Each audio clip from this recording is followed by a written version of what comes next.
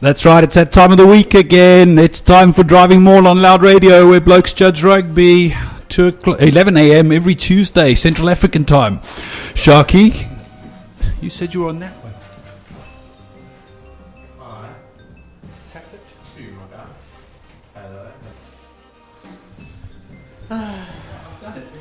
guy.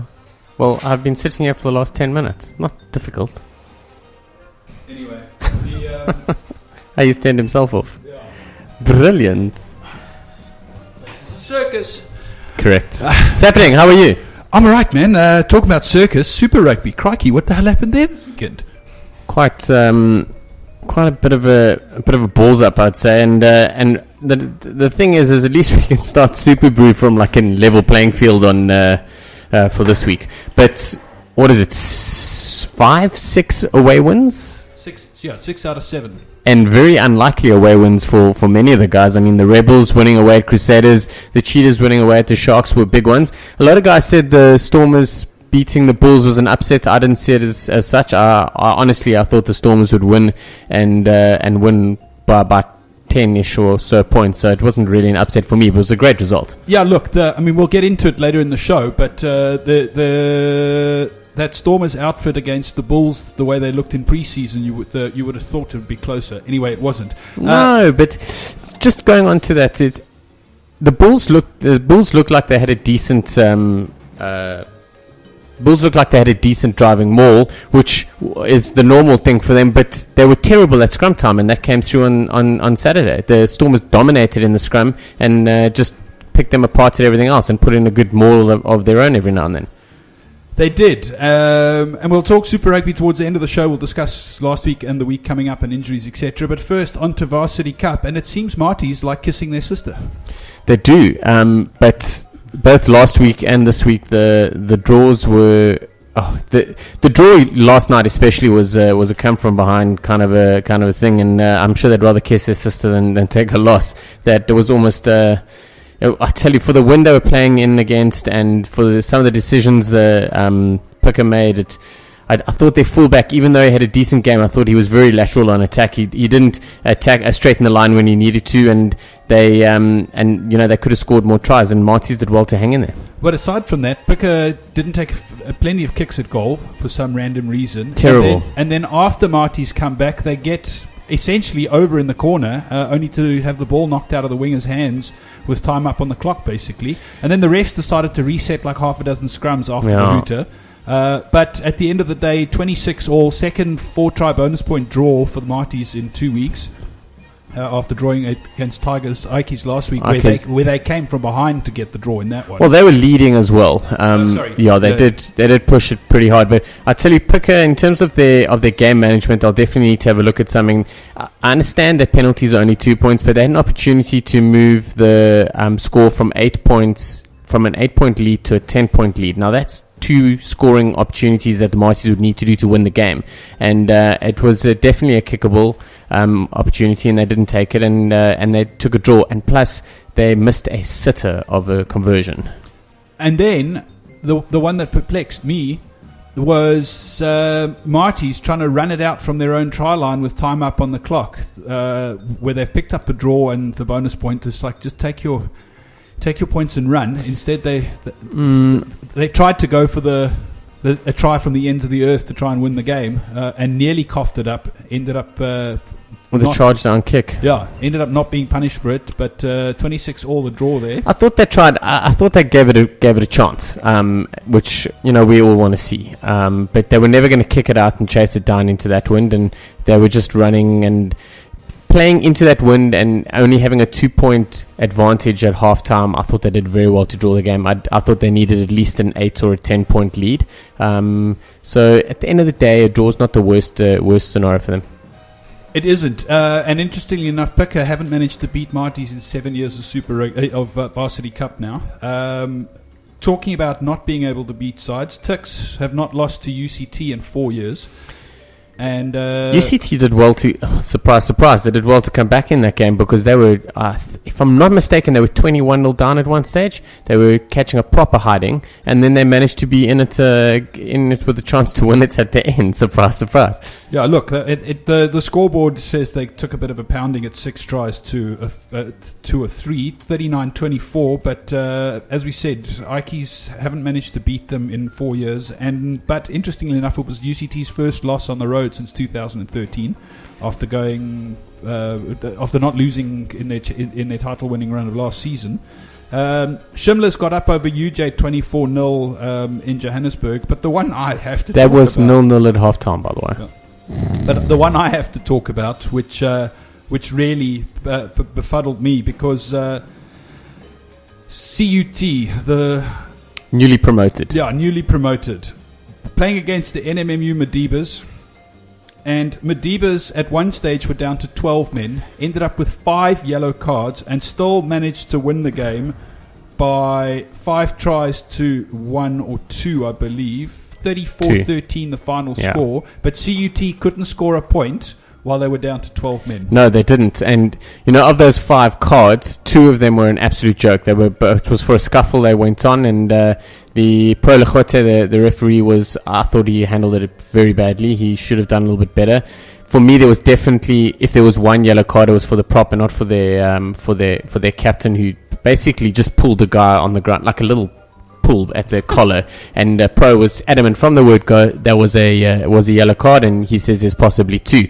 The TMO couldn't convince him otherwise, and not that he tried too hard. He just said go with your on-field decision because I can't see anything, and that was that. 2 yellow cards, absolute shockers.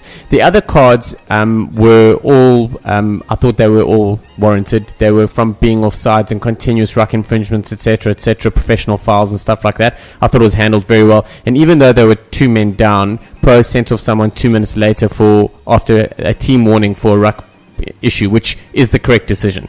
But CUT couldn't. Yes, they couldn't. It's amazing. We'll give you a handicap start. We'll play without 3 players for the better part of 8 or 9 minutes. Yeah, but NMMU, the Madibas, after last year's performance and after last week's performance, I expected a lot more out of them against a side that you should be thumping. There is a points difference that will come into the mix, because most sides are going to get 5 points off CUT. You definitely want to get a positive points balance, and they didn't get it, and they made it very difficult for themselves. And their coach, I forget his name, but Zimbabwean guy, he's quite chilled. He's a very good coach, but he's normally quite quiet and everything, and he was fuming. He was about to blow his lid because NMMU were their own worst enemies. What it means, this week's results, and with 3 draws in the first 2 rounds, is Tuks are top on 8, joint with Picker. Shimla's sitting on 7, who are quietly going about their business, mainly because we haven't actually seen any of their games televised. NMMU are sitting on 6, and Marty's with 2 draws and 2 bonus points, also on 6 points.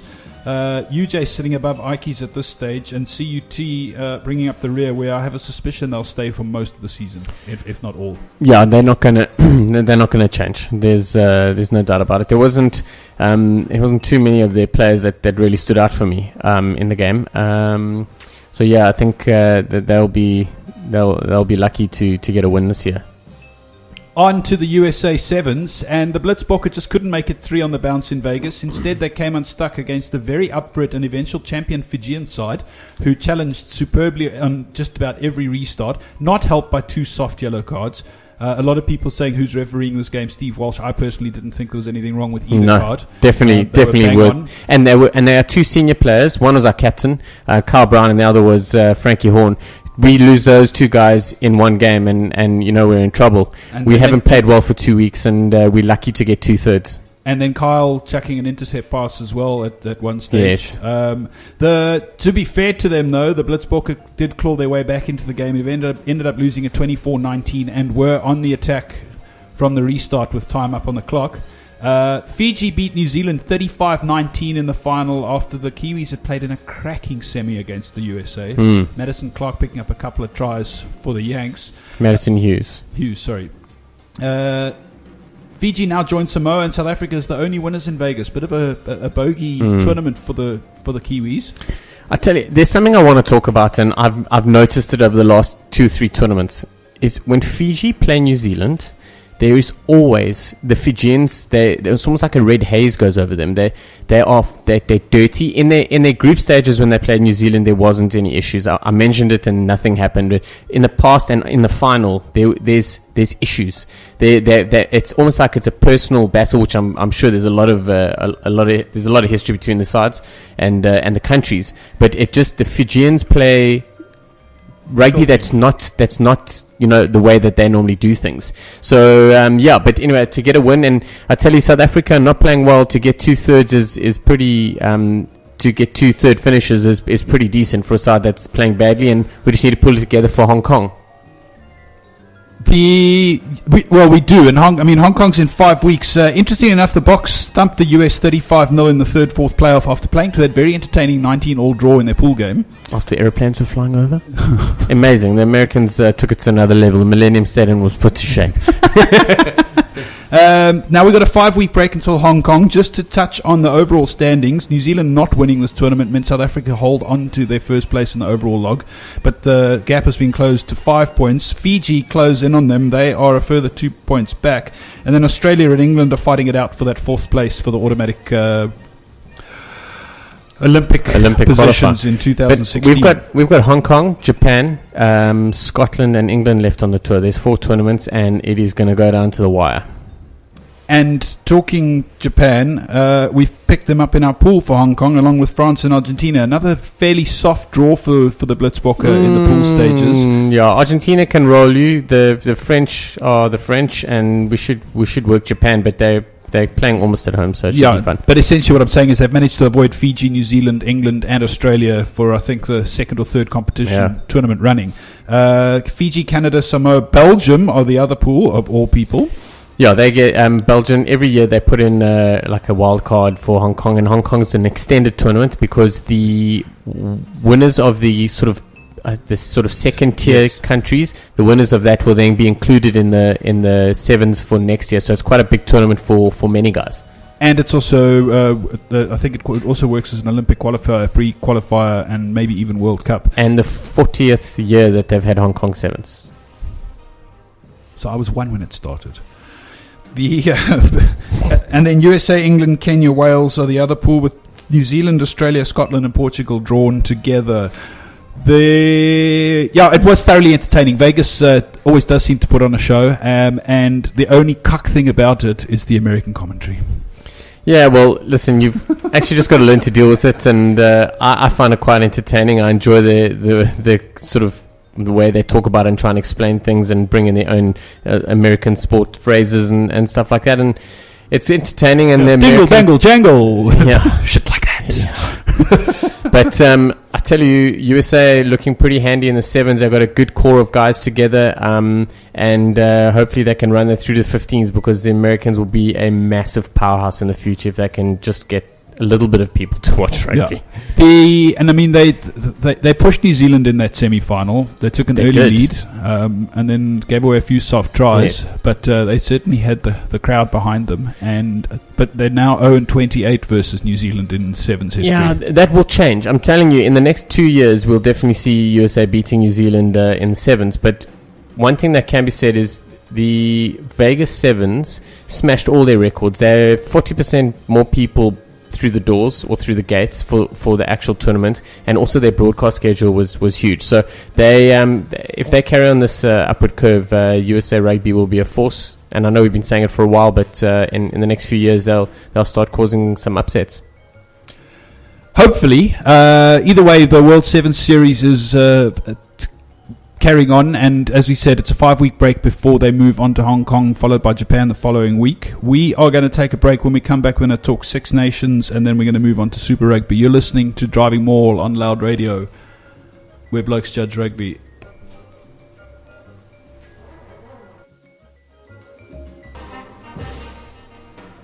Welcome back to Loud Radio.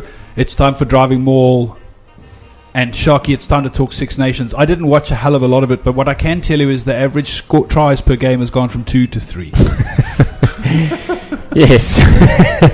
And I tell you, there's one man you can thank for that, and that's John Joseph. He's doing exceptionally well for England at the moment. 3 tries. I think he's the leading try scorer in the tournament. Highly possible. And stupidly, the one game I didn't look at the highlights package of was that Valentine's Day massacre at Twickenham. But I heard he scored 2 spectacular efforts. Yeah, he's doing well. And I tell you, you can't talk about England and not mention the fact that Danny Cipriani came on and scored with his first touch. And 22 seconds in time. 22 seconds in after a 7-year break from Six Nations rugby. Cipriani with a try. Yes, I don't understand how he doesn't get more game time, especially when Joseph is on fire outside, and they've got a decent backline. I think Johnny May's under a little bit of pressure at the moment. He hasn't had a good Six Nations and last couple of tests. And remember, a while back, I thought he might be a bolter selection for the Lions tour, but he seems to have dropped off form a little bit. Conversely, the man that everyone loves to hate, Chris Ashton, is in great form at the moment, and I think they might make some changes come the end of the month for the backline. Yeah, and I mean, it ended up looking like a comfortable win for England, but let's be clear, Sergio Paris scored first for Italy 3 minutes in. England then had to wait until the 23rd minute when they scored, and then they scored 2 quick tries through Vunipola and Joseph's first one. And then not a hell of a lot more happened before they scored 4 tries in the space of 14 minutes in the second half, with Cipriani's effort in the middle of it all. And Nick Easter, here's a stat for you, England's oldest try scorer now. That too. He's. I'm glad to see him back. It was obviously he came in through an injury, but he's been playing so well for Quins. He's been on fire and he's deserved his call up, and he's been playing pretty well. And I'm glad he got some points. And then Luca Morisi with 2 late tries for Italy to add a little bit of respectability to the scoreline. But the final score, 47-17 to England, who, as we said, were 5-0 down inside 3 minutes. But a decent win for England, and they are now up there on the top of the charts in terms of Six Nations. Ireland, weirdly, and we called this, we said this was either going to be a cracker or a crapper, and 18-11 up over France. Ireland kicked their way to victory through a bunch of, Johnny Sexton penalties and one late one by Ian Madigan, and the French scored through, that Romain Talfa-Finau is massive out on the wing. Yes, he's a big guy, and I think the major talking point of the game, regardless of the result, was the Pascal Pape incident on Jamie Heaslip.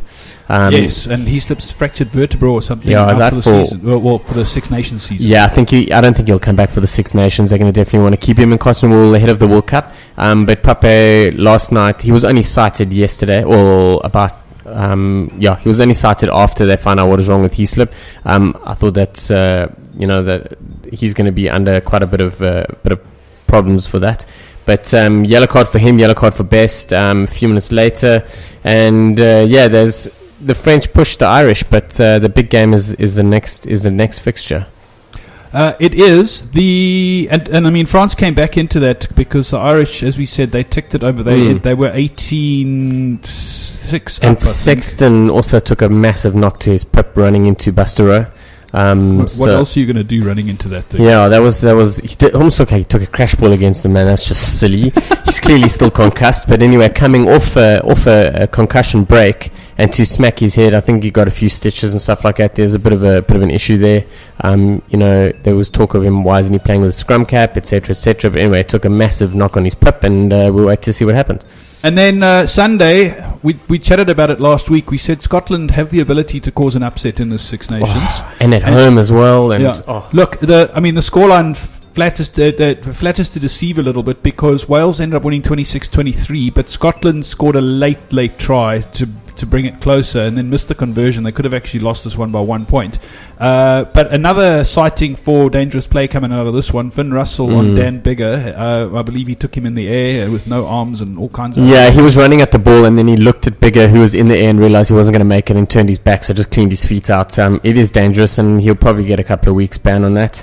But Scotland were I thought were the better side for a lot of the game. The man of the match was Alan Wynne-Jones for Wales. He was a machine all day, but the Welsh just don't seem to be ticking over. They've got everything they need, and they're just not kind of going over the edge. So whether they could possibly be just tinkering a little bit with a few things, and they'll click into gear come the World Cup, which I'm sure the Welsh are hoping, because they're not going to win the Six Nations.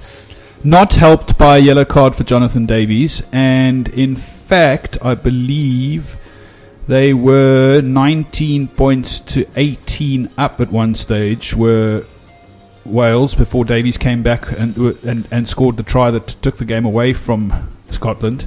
Of they were course, 19-16 up. Yeah, my maths is a bit sketchy today. Yeah, when Davies went off, they were 16-10. They were leading by 6. And then Laidlaw and Halfpenny traded penalties, and Laidlaw pulled it a little bit closer. So, yeah, it's just... I was hoping Scotland, they really fought well. I thought they would sneak that. But, yeah, as I said, Wales just not sort of gelling at the moment. They don't seem to be, and what it means is England and what are they called? Ireland top the log. England are actually top on points differential, so only by 5 though. So that England-Ireland game on March the 1st in 2 weeks' time is being set up. If you do anything on that Sunday afternoon, do that. Well, I said at the beginning of the tournament, the winner of the opening game, which was Wales-England, will contend with Ireland, the winner of their game, to win the Six Nations, and it's kind of panned out that way. But I tell you an interesting one on Saturday, Scotland-Italy. That should be a walkover for Scotland, but the Italians are always up for a little bit of banter, and whether Scotland were able to pull through after their narrow loss to Wales, we'll have to wait and see. And France host Wales. Now that's 3 tough games on the trot for the Welsh outfits. And find the highlights package of that one, in my opinion. Well, France-Wales, the French playing at home, they might just turn it on. But the game of the weekend, without a shadow of the doubt, is on Sunday, and that's Ireland-England. Yeah, but it's 2 weeks' time. Yes, on the 1st. Yeah, Sunday the 1st. So we'll discuss that in more detail in a couple of weeks' time. But Six Nations is well underway. And as we said, not exactly try-scoring fest, but there is no desire to score loads of tries. It's just about winning games. There's no bonus points. Yeah, and there's no bonus points. And there's no points for finishing within 7 either. So they're very old school. And you can't play catch-up. That's the thing. You cannot play catch-up. You've got to win your games, and that's the bottom line. You can't grab a sneaky point for losing within 7, or like Marty's did and Pucker did, where they got like a draw with a bonus point try scoring. So that's 3 points for a draw is pretty decent. And interesting enough, in 2 weeks' time, that France-Wales game, whoever loses that one is basically out of the running for Six Nations 2015, because they'll be too far off the pace. I mean, they both are kind of out of the running already because they've lost games, but you never know where things go. But the loser of that is definitely game over. The problem is Ireland are playing England, so someone's going to be moving ahead anyway. You can't do it. So it's it could go down to 2 points at the end of the day. Points 4, should I say. Right, anything else interesting coming out of Europe? I did pick up that there's a strong potential that Richie McCaw might be signing for that second division power side that Conrad Smith. Yeah, so they're picking up a bunch of Kiwi old boys. Incidentally, they're not guaranteed promotion, so that'll be quite an interesting contract. I'm sure there'll be some exit clauses highlighted in that.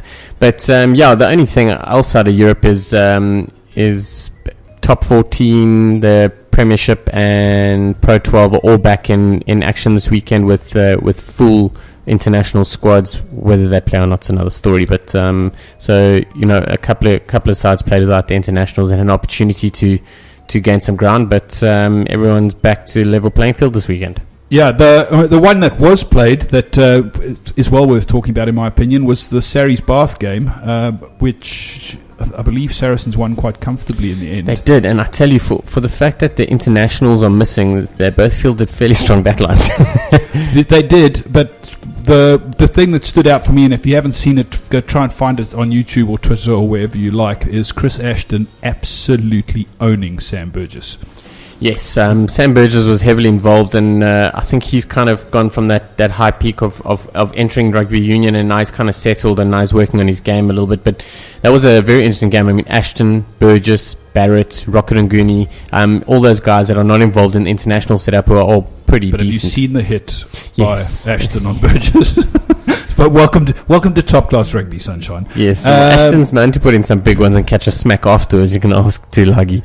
Just a few results from the Aviva Premiership this weekend before we go to a music break, and when we come back, we're going to be talking Super Rugby and all its glory. Northampton beat London Irish 15-9 on Friday in a non-event. Leicester Tigers beat Gloucester's 18-15 in a non-event. Exeter 46-17 over the Newcastle Falcons. Wasps thumped Harlequins 37-6. As we said, Surrey's up over Bath 34-24, and Sale Sharks trounced London Welsh 52-12. Yeah, incidentally, the Welsh, obviously the whipping boys of the Viva Premiership at the moment, have 20 points adrift of the next place above them, which is Irish. Sale, the only side to put 50 past them this season, which is quite an interesting little bit of information. And the other thing, Wasps at home, at their new home, absolutely dominating and destroying Harlequins is a massive result. And just going into after this round, we're going to just quickly go through the leagues. Northampton topping the Premier Division, Premiership with 52 points. Bath in second with 47. And Surrey's closing in on them with that win this weekend. Yeah, with 43rd, and Wasps are in fourth spot with 41. Followed very closely by Exeter on 40, Sale on 39, Leicester on 39, Harlequins on 34, and then the rest make up. But I tell you, Wasps and Exeter have been the teams to watch this year. They've been out of nowhere, been pushing really, really hard, and at one stage Exeter were leading the Premiership. But is that European Rugby Championship playing a role in what's going on in the Aviva Premiership? Because Sale, Leicester and Harlequins are sitting mid-table, and they're all involved in the... It generally doesn't too much, but the big surprise for me has been Harlequins. Harlequins have not been in the mix at all this year. It's been very interesting, and Sale have been up there and pretty decent. They've kind of had a mixture of results, but they'll look to push it on now. They're not in the quarterfinals, and obviously with the quarterfinals being announced and sides having made it, etc., they can focus on their domestic leagues.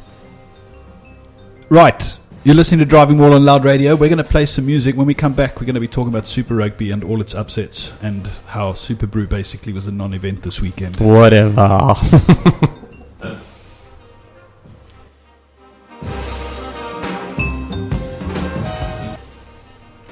Welcome back to Driving Maul, live on Loud Radio every Tuesday, 11 a.m. Central African Time. Sean, Super Rugby. Super Brew, let's just start there. Well, we can start and end there quite rapidly. It was a balls up. Yeah, I think I got 2 points. You? I actually haven't even checked yet. I haven't bothered looking. I'm sick of seeing red triangles from last year. Wow, what an opening weekend of Super Rugby. Yellow cards galore, tries aplenty, controversy and shocks and upsets. Let's start with the first one on Friday morning. We commentated on this game, Blokes on the Couch, live here on Loud Radio, and... We all thought that the Rebels might push the ring rusty Crusaders, because they usually start the season slowly. Did not anticipate a 10-point win for the Rebels in New Zealand. Dominant win as well. It wasn't. Yeah. It's not like they scraped through with the last minute drop kick. No, they looked the business. Well, that's it. And the thing is that it is an upset in the sense that the Rebels have never won outside of New Zealand, but. It wasn't really an upset based on what went on for 80 minutes on the park. It wasn't like, 100%. Oh my God, they stole that. They actually won that game, hands down, fair and square. Yeah, it was very interesting, and just something I want to chat about as a whole in terms of all the teams and first week syndrome and stuff like that. A lot of guys are saying, if you look at the Sharks result and the Crusaders and what's happening and what's going on. But I look at it as there's another little aspect that I want to bring into the mix is... Are the coaches perhaps preparing their sides slightly different? Are the Rebels on fire and sort of on the way up now, or maybe have hit their plateau, and then they're going to burn off towards the end of the season? And are the side like the Crusaders or the Sharks still sort of finding their feet and hoping to peak late in the tournament? Because if you remember last year, the Sharks came out flying and then fell off at the end, and everyone was all very boisterous about it, and everyone loves to hate the Sharks. But could this be possible team tactics that we need to look at? I'm going to say yes. Because we've seen it year in, year out from the Crusaders. Always peak at the end. The Bulls usually peak at the end. The Sharks did something different last season. Yeah, they've changed it up a little bit. But they've also changed coaching staff. So we'll see where that goes. And on that point, the Rebels may well have targeted this Crusaders game, knowing that they haven't won away from home, knowing that the Crusaders are usually underdone at the beginning of the season, and they went in for it going hell for leather. So what are you saying is the Rebel season's done now? Not necessarily, because they take on a very, very underperforming Red side this weekend. Cracking and, game ahead. and they're going to be targeting that too. But let's just quickly talk about the Crusaders game, Yes. because Nick Sturziker yellow carded for the Rebels in the 3rd minute, and you thought, oh dear, here Kid's we go. got a big boot. Yeah. No, Sturziker, sorry, Debrecen, yeah. Sturziker's got some toe. But Sturziker yellow card in the 3rd minute, you thought, oh dear, here we go, Crusaders are going to walk away with this. Not the case. Then their halfback, Mitchell Drummond, carded just on half time for the Crusaders. And then Sean McMahon, the rising star of Australian rugby, got a card in the 60th minute, and you thought, are they going to be able to hold on here, because they were leading at half time. And they only led once in the whole of last season, and they've never won away from home in Super Rugby, away from Australia in Super Rugby. They did both in their first game this year. But Nick Sturziker, we talked about him at the build-up to the commentary on Friday about the fact that he's the fastest player over 20 and 40 metres in that Rebel squad. Yeah, it's something you told me. I wasn't aware of it. Ginger kick and run. But and towed a loose ball through to score what was essentially the sealer, although they did lead 13-10 at half-time. Yeah, very interesting game, and you don't expect to win a game against the Crusaders being 14 men for 20 minutes. I mean, if you just look at that stat alone, that's insane. But conversely, the Crusaders were not playing well. Dan Carter was not in any type of a form. He picked up another injury. He's been struggling to come back from his injury after his sabbatical last year and taking a few knocks, and the Wolves are out, unfortunately for him. Everyone's starting to wonder whether they need him in the World Cup, but was it the right thing to rest him? The bonus for New Zealand is they have ample tens to tap into ahead of the World Cup. But they'd love him to go, though. No, absolutely. And Carter said after the game that it was a dead leg and he should be all right, but it looks like he's not actually going to be okay for this weekend. Dead leg. Yeah. I just don't understand why everyone's like, I've got a dead leg. It's cool. I'll come back next week. No, you won't, you idiot. You can't even run for the first week. Moving on to the Australian derby between the Brumbies and the Reds. I picked the Reds stupidly by 3 without actually doing my research and you would have got it right if you reckon any other away win for the weekend. I did get it right. The Reds scored 3 points. Oh, well done. We actually need to hit up Super Blue for that. Maybe you can get a bonus point for being cock. But I wish I'd paid attention to the form book, because over the history of Super Rugby, I think the Brumbies have won 75% of games they've played against the Reds. But let's be honest, and it wasn't an upset in the sense that it was the Brumbies that won it, but it was an upset in terms of how well and how badly the Reds lost it. 47-3, 6 tries to 0. Absolutely manhandled, and it probably could have been worse. The Brumbies butchered at least 2 or 3 tries with early season handling issues. Yes, in hindsight, it's great to have a look back at the game and everything. But if you look at the last 2 years for the Brumbies, they're a pretty settled squad, barring the coaching issues and the director of rugby issues, or sort of wheel around that happened with White and stuff like that. They've been a pretty settled squad. They've just got Dave Pocock back, who incidentally had a phenomenal game, and he's out now for 2 to 3 weeks with a ankle injury. I know, I saw. But geez, what a great comeback! Look, he was just he's on that form. You can see why he's rated up there with Richie McCaw in terms of fetching skills at the break. And he's going to put pressure under Hooper for captaincy and place in the Aussie squad. And I tell you, there are a couple of things that I want to chat about the game. Firstly, Pocock coming back and Stephen Moore coming back into the mix, and Henry Spate. Those are the 3 guys that the Wallabies and the Brumbies definitely wanted back. And then a South African for the Reds, Marco Kotze. He played NRC last year, and he's sort of been in and about in sort of the lower divisions of the Currie Cup. He's been in Oz for a few years now, so he made his debut. He was excellent. I thought he's a big guy. Yes, I didn't realize how big he was. He was smashing guys. James Hall for the Reds was terrible. He should have got a red card 20 minutes earlier. Yeah. And my understanding is that the referee was Gardner. I speak under correction, but the referee got a talking to for that. He made quite a big mistake.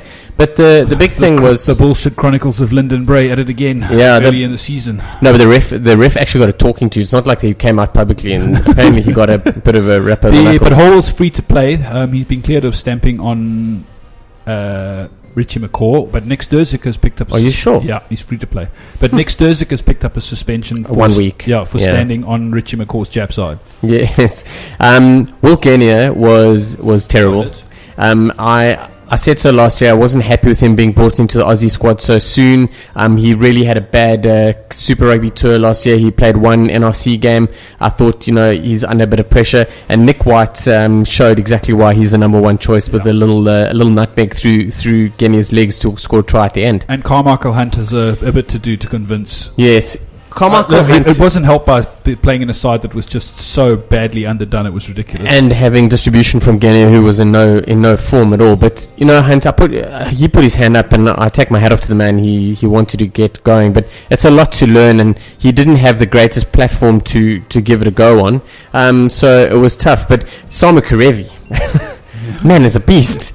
He was smashing guys to pieces. And while we're on the topic of players, we didn't mention was Tamani for the Rebels. Yeah, the lock. Yeah. Who's just committed to another 2 I years know. in Melbourne. I wonder if he got to renegotiate his salary slightly after Saturday. Somebody in Melbourne went, hang on, just contract extension after that performance right now. But anyway, so I digress. But Sama Karevi was a beast. He was insane on the day. And JJ Talagi also, but he went off for a little bit of injury. And Kurandrani just goes from strength to strength as a crash ball specialist. On to the Hurricanes versus the Lions. Look, I picked this one because I think the Lions are slightly overrated and Super Rugby's not quite Currie Cup. But that being said, the Lions absolutely dominated this game across the park in all aspects of everything. Except scoring points. And the Hurricanes basically tackled themselves to a standstill and fed off turnover ball to win 22-8 in Joburg, which was in itself an upset in that many people didn't think that this Canes side would be able to go to the Highveld and come away with the win. But they looked good for the 80. They didn't seem to run out of gas. I think the Lions ran out of gas more than anything. But I tell you, Adi Severe deserves a mention. I've been watching him for the last couple of years now, and I watched him at ITM Cup last year, and he needed to pick up some weight. He's a great Lucy, but he just looked a little bit small for me. He's bulked up a little bit and been taking some of that protein shake that his brother's on, clearly. He had a really, really good game. I thought Blake Thompson at 8 was good.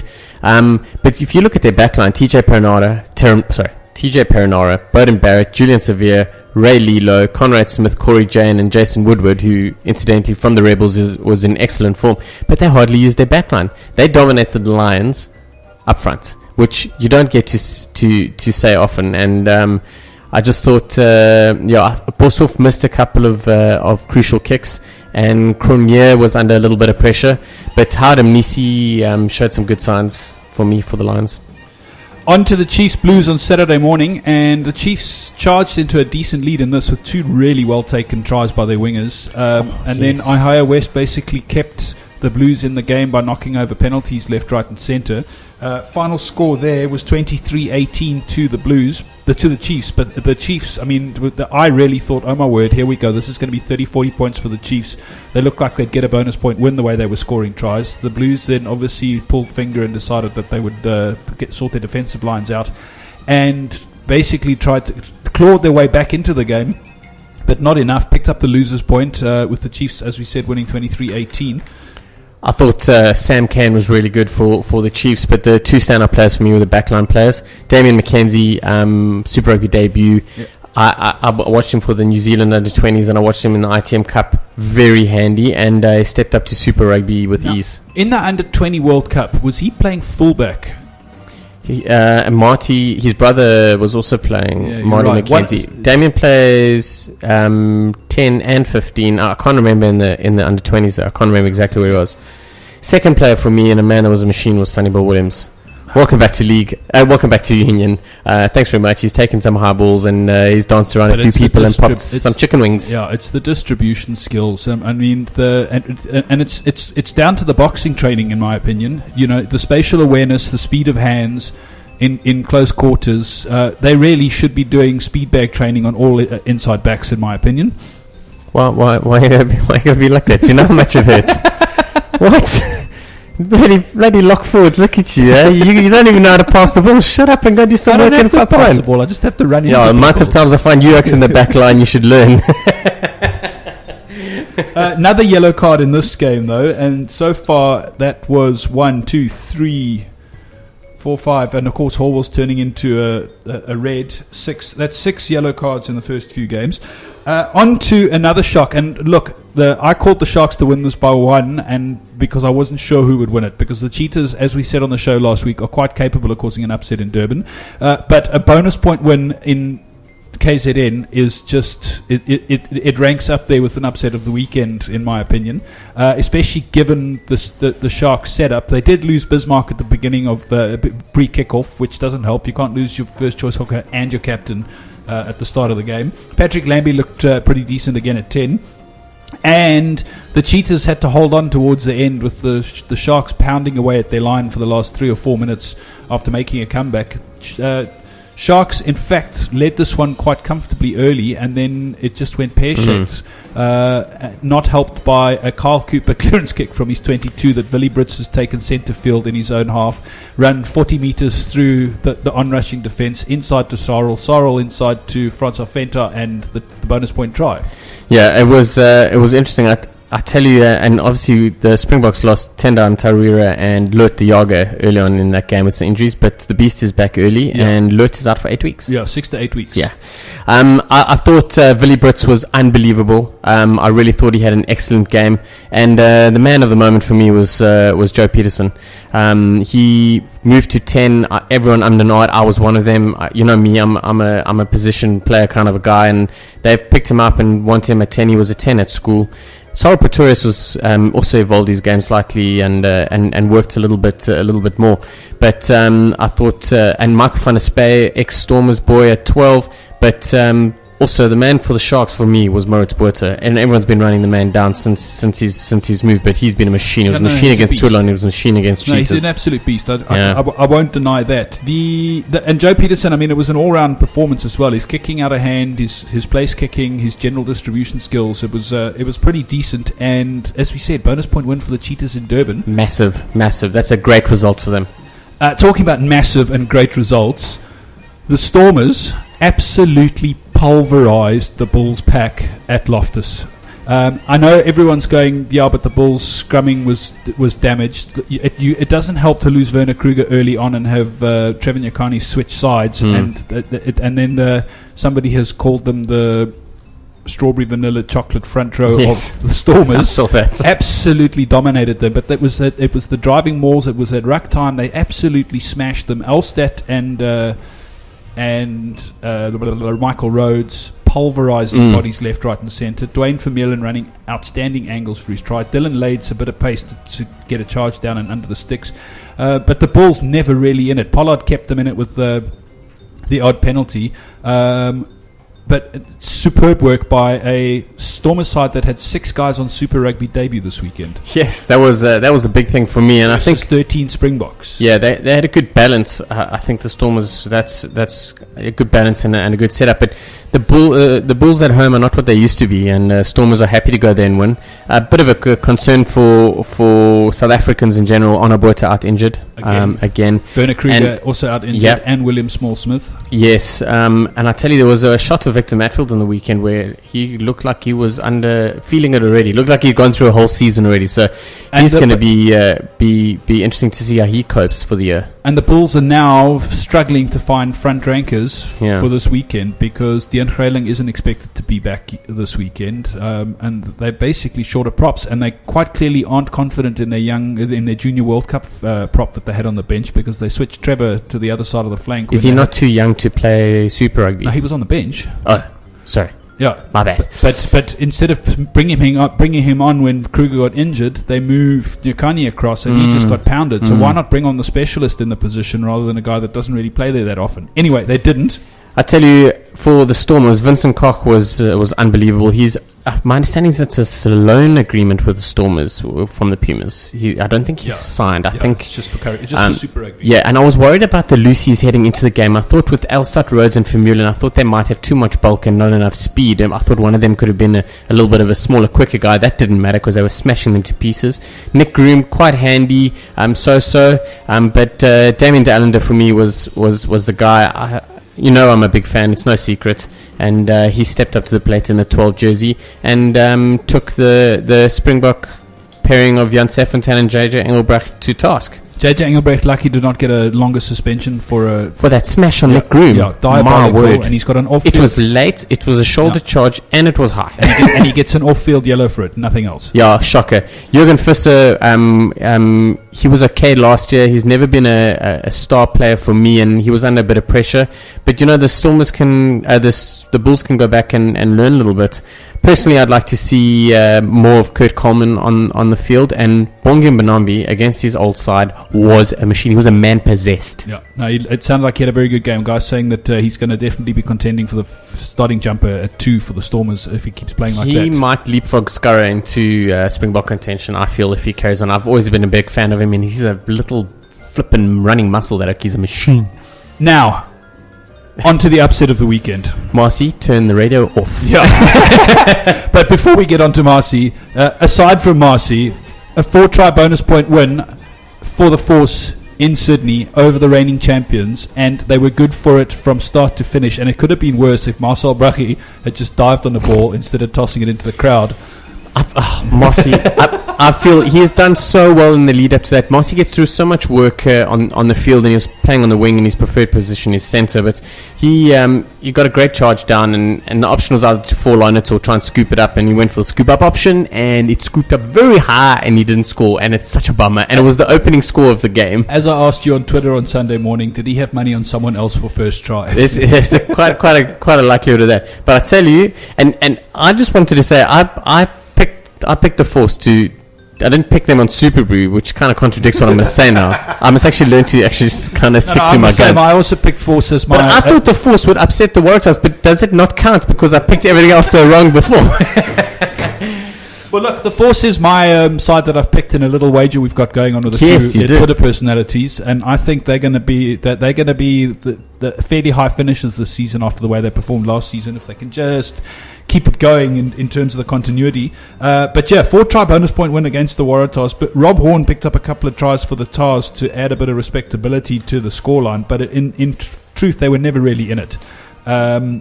So 4 South Africans on the Force setup. It was CSC Eberson who had a pretty decent game. Marcel Brackie. Francois van Wyk, or Sluk van Wyk, he scored a great try. Well, he scored a try for the Force, so that, I'm not mistaken, that might have been his debut. I speak under correction.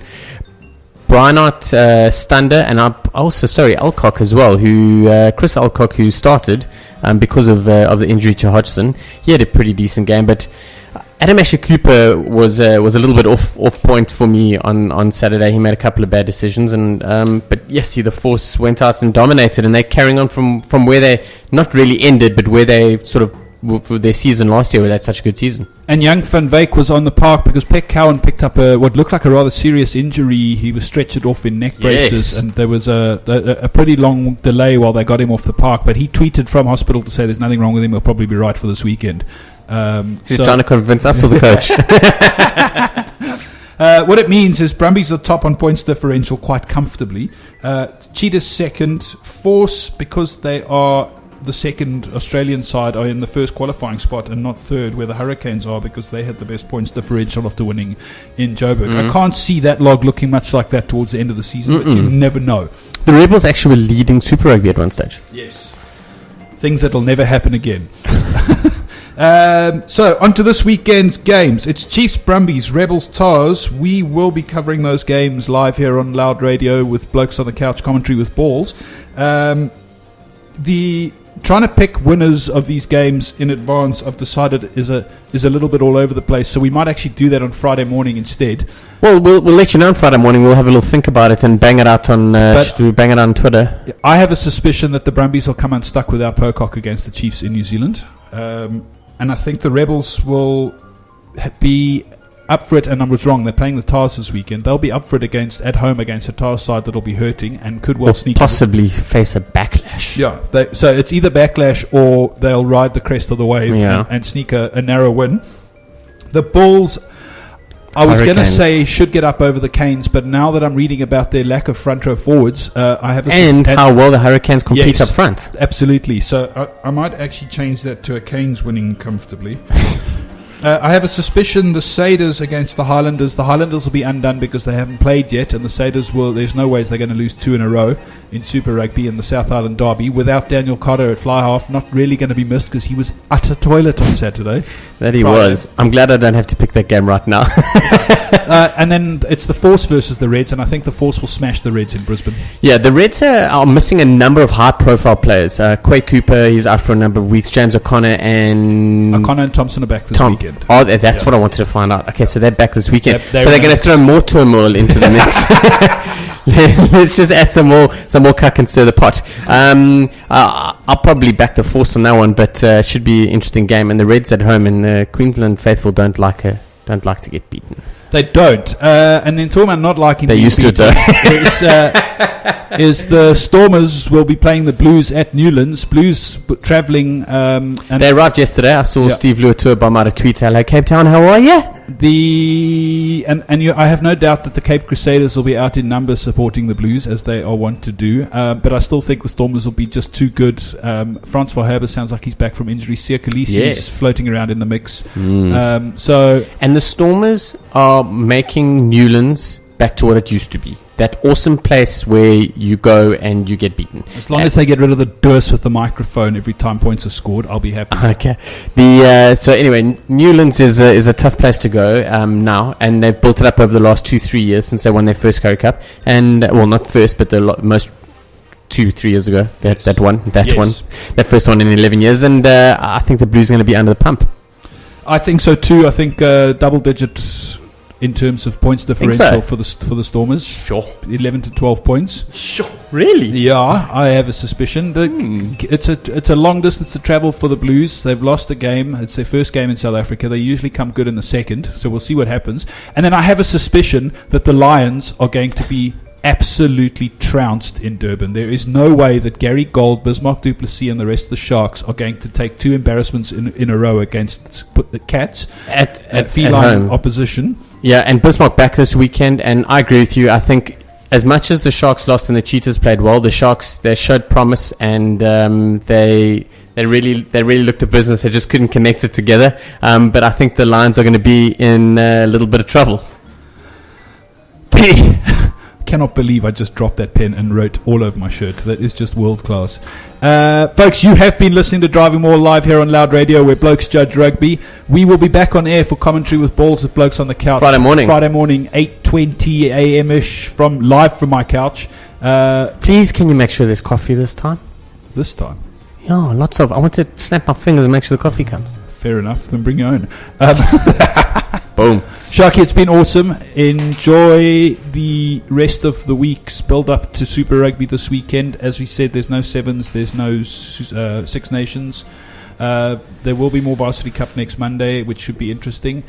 And all domestic leagues are back up and running, and it's almost like business as usual this weekend. So yeah, have a great weekend, and Don, thank you very much. Awesome. Take care. We'll speak to you on Friday morning.